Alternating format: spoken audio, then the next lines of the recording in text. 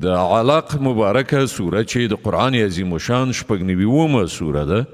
په مکې معظمې کې را نازله شوې ده 19 مبارک آیاتونه لري تلاوت او پښتو ترجمه یې له لومړي آیت څخه اورئ اعوذ بالله من الشیطان الرجیم پناه وړم الله ته له شړل شوي شیطان څخه بسم الله الرحمن الرحیم د الله په نوم چې ډېر زیات مهربان پوره رحم لرونکی دی اقرأ باسم ربك الذي خلق ولوله ای پیغمبره د خپل پروردګار په نوم چې هغه ټول مخلوق پیدا کړ خلق الانسان من علق د کلکې شوي وینې له یوې ټوټې څخه انسان هست کړ اقرأ وربك الأكرم الذي علم بالقلم علم الإنسان ما لم يعلم ولوله ستا پروردګار ډیر کریم دی چې هغه د قلم په مرسته انسان ته علم وښود انسان ته هغه علم ورکړ چې هغه پرې نه پوهېده كلا إن الإنسان ليطغى أن رآه استغنى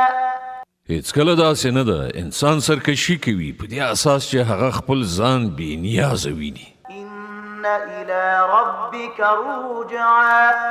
په داسې حال کې چې ورګرځېدل ارومرو همدا ستا د پروردګار په لوري دي أرأيت الذي ينهى عبدا إذا صلى ته ګورې هغه څوک چې یو بنده یعنی محمد منع کوي کله چې هغه لمونځ کوي أرأيت إن كان على الهدى أو أمر بالتقوى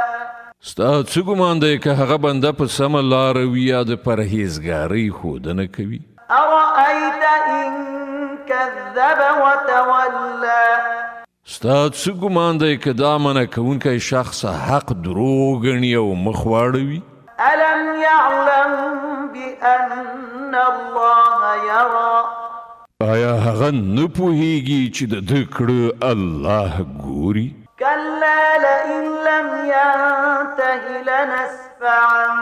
بالناصية ناصية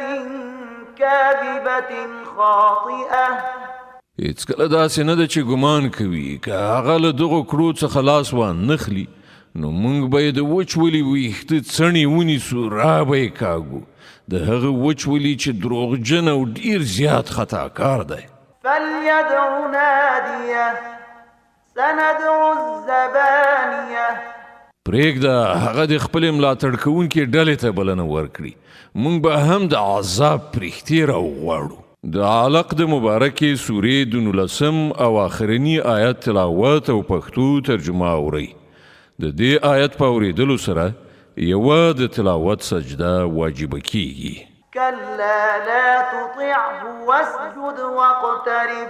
هیڅکله داسې نه ده چې دی وایي د هغه خبره مه منه او سجده وکړه او د خپل پروردګار نږدېوالی وګټه صدق الله العظيم